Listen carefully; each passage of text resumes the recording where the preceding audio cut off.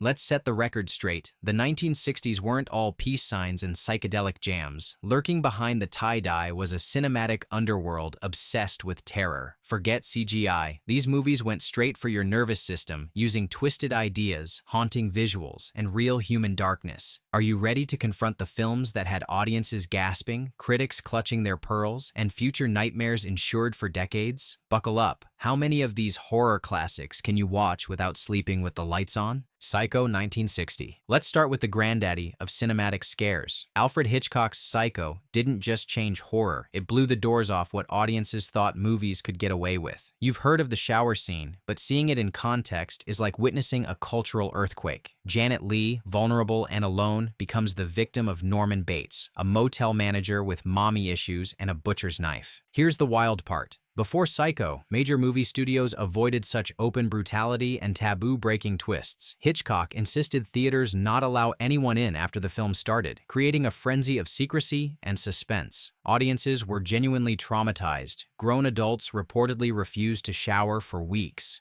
Anthony Perkins's twitchy, polite Norman was so convincing, it basically ruined his career. Nobody could see him as anything but the guy behind the curtain. But Psycho is more than a single scare. It's a masterclass in psychological horror, weaponizing shadows, pacing, and music to get under your skin. The Bernard Herrmann score? Iconic. The black and white cinematography? Bleak and beautiful. Hitchcock's manipulation of viewer expectations made Psycho the blueprint for every twist-ending thriller that followed. And even now, over 60 years later, it still gets under your skin and makes you side-eye every vacancy sign on the highway. The Innocence 1961. Gothic chills don't get more elegant or more deeply unsettling than The Innocence. Based on Henry James's The Turn of the Screw, this British classic is like a beautiful nightmare that refuses to explain itself. Deborah Kerr stars as a governess hired to watch two impossibly sweet children in a sprawling country estate. But soon, the house reveals a sinister history, and those angelic kids might not be so innocent after all. What sets The Innocence apart isn't gore or jump scares, it's the suffocating, ambiguous atmosphere. Every shadowy corridor hides something, or maybe nothing, and the film's use of ghostly whispers and eerie children's laughter is enough to chill the blood of any adult. Director Jack Clayton and cinematographer Freddie Francis load every shot with meaning, making viewers doubt what's real and what's the product of a slowly unraveling mind. This is horror for thinkers and dreamers, every bit as likely to haunt your thoughts weeks later as it is to scare you in the moment. The Innocents pushed the genre into new territory, making audiences question the limits of sanity, the power of suggestion, and the truth behind every frightened glance. If you think ghosts are just a punchline, let this film prove you wrong. Carnival of Souls 1962. Ever feel like you've wandered out of reality and into someone else's fever dream? That's the whole vibe of Carnival of Souls, the indie horror masterpiece that came out of nowhere and instantly became the secret handshake for horror geeks everywhere. Herc Harvey, previously best known for industrial safety films, directed this surreal ghost story on a shoestring, and it shows in all the best ways. Candice Hilligoss stars as Mary Henry, a church organist who survives a car accident but finds herself increasingly haunted by a pale, grinning specter and drawn to a crumbling, abandoned carnival. There's hardly a drop of blood, but the mood is so thick and uncanny, you'll find yourself squirming. The real genius? The film blurs the line between life and death so convincingly, you can't help but feel unsettled every time Mary drifts through empty streets or stares into a funhouse mirror. Carnival of Souls didn't make waves when it premiered, but over the years it's become the blueprint for dream logic horror. The organ score, the stark black and white photography, the otherworldly feeling that nothing is quite right, it's all here, decades before David Lynch made it cool. If you want a film that haunts your subconscious and makes you question every shadow, don't sleep on this one. The Haunting 1963. Forget all the modern remakes. Robert Wise's The Haunting is the original psychological ghost story that left audiences too rattled to sleep. The premise sounds simple. A scientist invites a handful of strangers to investigate Hill House, a sprawling old mansion with a history of madness and death. But from the moment they arrive, the house seems to take on a life of its own. What makes The Haunting so powerful is what it doesn't show. Doors pulse and bend. Strange, thunderous knocks echo in the night. And at the center is Julie Harris's fragile, haunted Eleanor, who might be the victim or the source of the supernatural events. Wise uses sound, lighting, and clever camera angles to mess with your head. You never see the ghosts, but you feel their presence in every scene. When it hit theaters, The Haunting became the gold standard for psychological horror. It's elegant, restrained, and deeply terrifying, not because of monsters, but because it turns your own imagination against you. If you want a haunted house movie that makes you doubt your senses, this is the one that had an entire generation sleeping with the lights on. Night of the Living Dead, 1968. If you're looking for the movie that invented the modern zombie and basically changed the horror genre forever, look no further. George Romero's Night of the Living Dead dropped like a bomb in 1968, shocking audiences with its no-budget gore, relentless bleakness, and some of the smartest social commentary to ever sneak into a monster flick. The setup is simple. A group of strangers barricade themselves in a farmhouse as the dead begin to rise and feast on the living. But the movie pulls no punches, nobody is safe, and the fear comes not just from the zombies, but from the desperation and breakdown inside the house. The film's raw, documentary style made it feel like something you weren't supposed to see, and the ending is still one of the most gut-punching in horror history. Night of the Living Dead broke all the rules, casting a black lead, Dwayne Jones, at a time when Hollywood almost never did, splattering the screen with gore years before rating systems could catch up, and refusing to give the audience a happy ending. Decades later, its impact is everywhere, from The Walking Dead to every midnight movie marathon. You haven't experienced true horror until you've spent a night with Romero's Undead. Homicidal, 1961. If you think only Hitchcock could master the art of psychological horror in the 60s, William Castle's Homicidal is here to ruin your sleep schedule. Castle was the king of B-movie gimmicks, but this time he outdid himself with a murder mystery so twisty it left audiences questioning their own eyes and their courage. The setup alone is a shocker. A mysterious blonde named Emily commits a brutal murder within the first 10 minutes, then flees into a web of secrets involving a small-town inheritance, a mute caretaker, and a wedding that's definitely not what it seems. Castle wasn't content to just scare you on screen. He invented the Fright Break, a countdown clock giving terrified moviegoers a chance to escape to the coward's corner in the lobby for a refund. But here's the kicker. Most people stayed glued to their seats, desperate to see how the mystery unraveled. And what a mystery. Without spoiling the wildest twist of the decade, let's just say it was bold enough to earn homicidal cult status among horror fans. What really makes this movie stick is its fever dream pacing, bonkers plot, and a lead performance from Jean Arless that still gets horror nerds debating. Castle proved you didn't need a giant budget to send chills down America's spine, just a wicked sense of humor and a willingness to shatter taboos. Watch it once, and you'll never forget the feeling of having the rug pulled out from under you. The Birds, 1963. You want to know what terror really looks like? Forget vampires. Try being dive-bombed by an army of crazed seagulls. The Birds took something as ordinary as a flock of birds and made it nightmare fuel for an entire generation. Alfred Hitchcock was already the master of suspense, but here he went pure animal panic. A small California town is suddenly under attack by thousands of birds, with no warning, no explanation, and nowhere to hide. What's so genius about this film is its escalation. The birds start as background noise, but scene by scene, the attacks get more organized and more brutal. Remember Tippi Hedren trapped in the attic, pecked and clawed in near silence? That scene alone traumatized audiences and cemented Hitchcock's status as a horror icon. There's barely any music, just the unnerving sound of wings and screeches, which somehow make everything feel more real and more claustrophobic. The Birds isn't just scary, it's a masterclass in tension, reminding viewers that nature doesn't care about your comfort zone. It turned every pigeon, crow, and sparrow into a potential monster. And even now, it's impossible to look at a telephone wire full of birds and not feel a shiver. Hitchcock showed us that horror can come from the sky, and once you see it, you can't unsee it. Village of the Damned, 1960. Step aside. Chucky. Village of the Damned had creepy kids down to a science decades earlier. Set in the sleepy British village of Midwich, everything goes haywire after a mysterious blackout causes every woman in town to give birth to eerily blonde, mind-controlling children. These aren't just weird kids. They're practically alien, with glowing eyes and a hive mind mentality that makes them more chilling than any adult villain. What makes this movie so haunting is its slow burn menace. The children never run, never scream. They just stare, and people start dying in increasingly bizarre accidents. George Sanders brings gravitas as the village scientist trying to outwit the pint-sized monsters. But let's be honest, it's the kids' dead-eyed gazes that keep you up at night. The special effects were cutting edge for the time, and the film's quiet dread still works today. Village of the Damned spawned a whole genre of evil child horror, influencing everything from The Omen to Children of the Corn. If you want proof that you don't need blood and guts to get under someone's skin, just watch this and try not to squirm every time a group of kids walks by in silence. You'll never look at a schoolyard the same way again.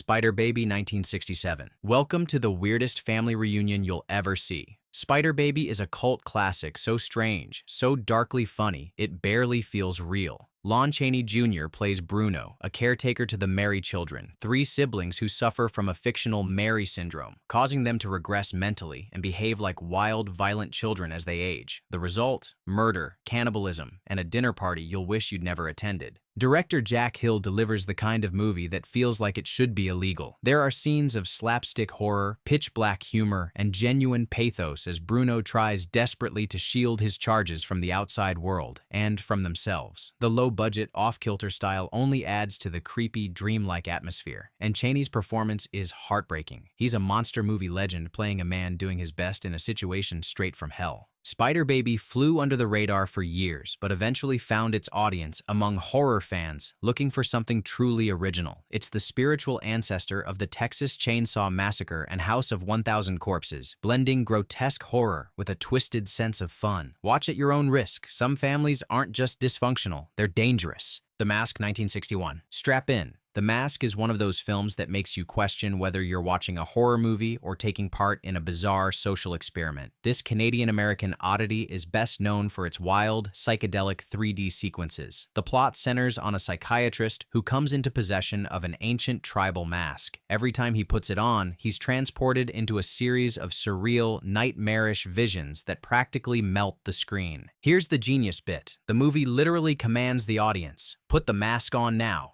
as the screen erupts into swirling skeletons, screaming faces, and wild visual effects. Back in 1961, viewers in theaters would don special 3D glasses and get plunged into a living nightmare. The film's low-budget style and odd pacing only heighten the dreamlike, off-balance vibe. While the regular scenes play like a classic B-movie, the Mask sequences are unforgettable, trippy, terrifying, and way ahead of their time. The Mask is often called North America's first true 3D horror movie, and even decades later, those vision scenes hit hard. It's a cult classic that proves horror can be just as psychological and experimental as it is bloody. If you want a scare you'll feel as much as see, this is your ticket. The Undying Monster 1960. If you're a sucker for gothic horror with a thick, old-school atmosphere, The Undying Monster is a must-see. This under-the-radar gem takes the family curse trope and gives it a satisfyingly spooky twist. The Hammond family has been haunted for centuries, literally, by a beast that emerges to wreak havoc every generation. When a fresh series of attacks rocks the family's ancient English estate, it's up to a no-nonsense detective and a curious scientist to get to the bottom of the bloodline's darkest secret. What sets The Undying Monster apart isn't jump scares or over-the-top effects. It's the slow-burn dread, moonlit settings, and that constant sense of doom. The movie revels in fog, shadowy corridors, and the feeling that something monstrous is always just out of frame. Add a moody score and some solid performances, and you've got a film that gets under your skin with its eerie restraint. While it never became a household name, this is the kind of movie that hardcore horror fans love to unearth. It's gothic horror as it was meant to be, elegant, mysterious, and loaded with atmosphere. If you like your scares wrapped in history and legend, don't sleep on The Undying Monster. Sometimes the scariest thing is what you don't see until it's too late. The House of Usher, 1960. Nothing says classic horror like a Vincent Price performance, and The House of Usher is one of his absolute best. Based on Edgar Allan Poe's famous tale, this film is a fever dream of gothic decadence, family doom, and psychological terror. Price plays Roderick Usher, the last of his cursed bloodline, living in a mansion that seems as diseased as his mind. When a young man arrives to rescue his beloved from the house's suffocating grip, he's met with resistance, both from Usher himself and from the crumbling, malevolent house. Every room feels haunted, every shadow alive, and the movie's use of color is so bold, it borders on psychedelic. Director Roger Corman turns Poe's short story into a lush, atmospheric descent into madness and decay. What makes the House of Usher so memorable is the blend of high drama and creeping dread. Price's performance is magnetic, drawing you into his paranoia and grief. The set design, full of rotting tapestries and dust-choked corridors, is a character in itself. By the time the house finally gives up its secrets, you're convinced that some buildings really are alive. Poe would be proud, and maybe a little freaked out. Nightmare 1964. Don't let the title fool you. Nightmare is no generic horror flick. This British thriller from Hammer Films is psychological horror at its sharpest, built to make you doubt everything you see. Janet, our troubled heroine, is shipped off to the countryside after witnessing her mother commit a brutal murder. But peace is short-lived. Soon, Janet is plagued by disturbing visions of ghostly women, blood-soaked corridors, and her own sanity slipping away. Director Freddie Francis is a genius at playing with perception. He fills every scene with shadows, warped reflections, and hallucinatory set pieces that keep you and Janet on edge. The suspense is masterfully drawn out, twisting viewers around until you're not sure what's real and what's just trauma bubbling up from the past. What cements Nightmare as a classic is its commitment to psychological terror over cheap shocks. You find yourself rooting for Janet, even as her world, and possibly her mind, falls apart. The twists come fast and hard, and just when you think you've figured things out, the film yanks the rug out from under you. If you love a horror movie that makes you question your own reality, this is a nightmare you'll want to have again and again. Tormented 1960. Supernatural revenge is a theme as old as storytelling, but Tormented gives it a surf noir twist that makes it stand out from the crowd. Jazz pianist Tom Stewart accidentally causes his ex-girlfriend's death, then tries to bury the evidence and move on with his life. Big mistake. Vi's ghost has other ideas, and soon Tom's idyllic island life is being haunted by visions of her vengeful spirit. A disembodied hand here, a corpse washed up there, and that unmistakable feeling of being watched. Director Bert I. Gordon uses every trick in the book to create a mood of escalating paranoia. The film leans hard into atmospheric black and white visuals, sharp jazz cues, and clever practical effects that were pretty groundbreaking for a shoestring budget. It's not just about ghostly jump scares. Tormented makes you feel the weight of Tom's guilt and the dread that comes from secrets that won't stay buried. This is a B-movie that punches way above its weight class. The scares might seem simple, but they linger, and Tom's unraveling sanity is both tragic and terrifying. For anyone who's ever made a mistake they can't shake, Tormented is a ghost story that hits way too close to home. The Devil Rides Out 1968. If your idea of 60s horror is stuffy haunted houses, The Devil Rides Out will blow your mind. This Hammer Films masterpiece stars Christopher Lee, not as the villain, but as the heroic Duc de Richelieu, who goes up against a powerful satanic cult bent on summoning evil. What unfolds is a breakneck battle of good versus supernatural evil, with black masses, pentagrams, and some of the most unforgettably creepy imagery Hammer ever put on film. Unlike most horror movies of its time, The Devil Rides Out doesn't tiptoe around its subject. It dives right in, serving up devil worship, hypnotic ceremonies, and supernatural showdowns with a sense of urgency that never lets up. The special effects are deliciously campy, but the film's conviction is total, and that makes it genuinely unsettling. Christopher Lee delivers one of his most charismatic performances, and the pacing never lags. Every scene pulses with dread and excitement, and the finale is so wild, you might just want to watch it twice. This is Hammer horror at its most ambitious, part thriller, part occult fantasy, and all nerve-jangling tension. Even after decades, The Devil Rides Out still has the power to leave viewers reeling. The Curse of the Werewolf, 1961. Hammer Films had already conquered vampires, so why not take on werewolves next? The Curse of the Werewolf delivered one of the most tragic and intense lycanthrope stories of the era. Set in 18th century Spain, though it was filmed on a British backlot, the movie follows Leon, a young man cursed from birth thanks to a brutal act of violence and a mother's sorrow. When the full moon rises, Leon transforms into a terrifying beast with a taste for blood and a tragic sense of guilt. Oliver Reed, in his breakout role, pours every ounce of energy into his portrayal. You feel Leon's struggle, not just against the beast within, but against a world that refuses to understand or help him. The transformation scenes are classic Hammer, all practical effects, wild eyes, and tortured howls. The film doesn't shy away from the sadness of Leon's fate, making his story more heartbreaking than most monster flicks. What really sets The Curse of the Werewolf apart is its mix of lush, gothic visuals, lurid color, and intense emotion. There's romance, horror, and social commentary packed into every frame. It's not just about scares, it's about how monsters are made and the cost of compassion. If you want a werewolf tale that leaves you thinking as well as shuddering, this is your movie. Paranoia, 1963. If you thought only American studios could do psychological horror, Paranoia is proof the Brits could bring the chills just as hard. This hammer gem is part Hitchcock, part gothic mystery, and all about cranking up the paranoia to a fever pitch. The Ashby family is falling apart after the supposed suicide of the eldest son, but when he mysteriously returns, the family's secrets begin to unravel with deadly consequences. Oliver Reed delivers another electric performance as Simon, the resident bad seed whose violent outbursts and booze-fueled rants keep everyone on edge. The film weaves together ghostly sightings, inheritance battles, and mental breakdowns until you're not sure who's lying, who's hallucinating, and who might be the next victim. Director Freddie Francis uses shadows, mirrors, and twisted camera angles to create a suffocating sense of dread. The tension never lets up, and the final reveal is pure shock value. Paranoia is a perfect cocktail of family dysfunction and psychological suspense, a true trust-no-one classic that left audiences shook and still delivers chills today. If you love mind games with your scares, this is the one.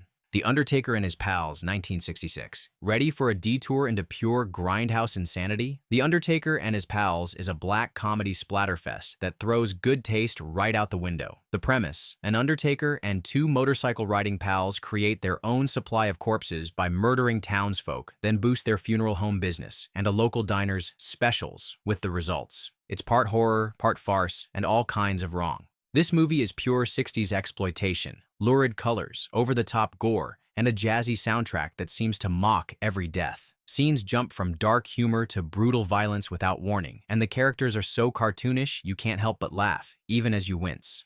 Director T.L.P. Swicegood isn't interested in subtlety. He wants you to be entertained, grossed out, and a little bit scandalized.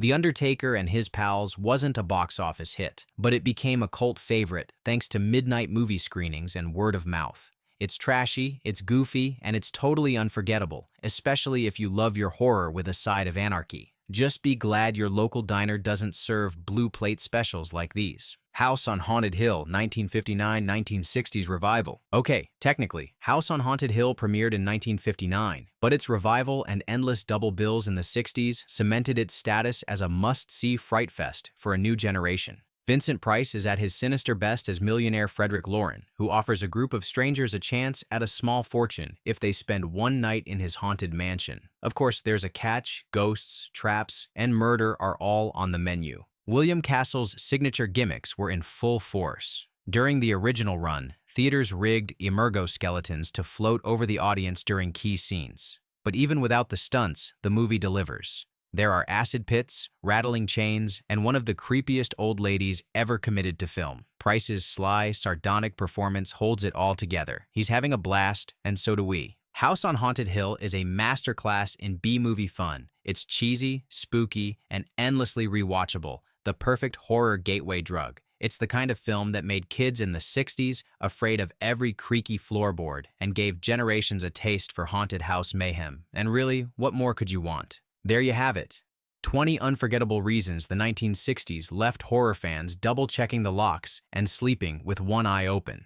From mind-bending ghosts to rampaging monsters and everything in between, these films didn't just spook a generation. They rewired what scary could be. So, which of these classics still haunt your dreams? Drop your pick in the comments, smash that like, and hit subscribe if you dare. Just remember, some movies never stay buried for long.